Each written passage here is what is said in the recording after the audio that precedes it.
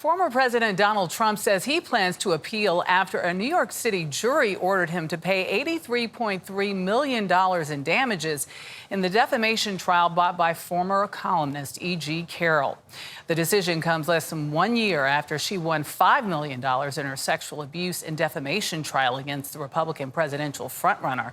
On his social media platform, Trump fumed that the legal system was being used as a political weapon against him and his party. Errol Barnett was inside the courthouse. E.G. Carroll was all smiles as she left the courthouse following the jury's unanimous verdict ordering former President Donald Trump to pay her more than $83 million for defamatory statements he made about her in 2019.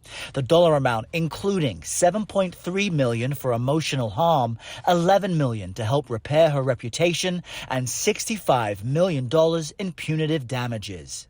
Carroll's attorney had previously told the jury, quote, "The one thing Donald Trump cares about is money." They deliberated for fewer than 3 hours. Trump wasn't in the courtroom for the verdict, but immediately took to social media to call the ruling, quote, "absolutely ridiculous," saying he fully disagrees. Trump's lead attorney, Alina Habba. "We will immediately appeal. We will set aside that ridiculous jury."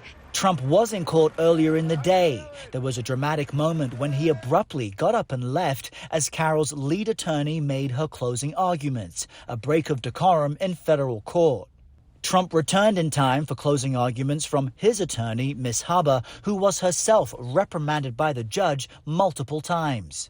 When she played a video of Trump responding to the prior jury verdict, finding him liable of sexual abuse and defamation. "The verdict is a disgrace, a continuation of the greatest witch hunt of all time." The judge told the jury to disregard it since he had repeatedly warned the defense team to not retry that case. When she protested not being allowed to discuss tweets not in evidence, Judge Kaplan said, quote, "You were on the verge of spending some time in the lockup. Now sit down." Now, underscoring the unusual nature of this trial, Judge Kaplan ordered the jurors to remain anonymous, even amongst each other, telling them to use aliases instead. That instruction is typically reserved for federal cases against drug cartels. For CBS Saturday Morning, I'm Errol Barnett in New York.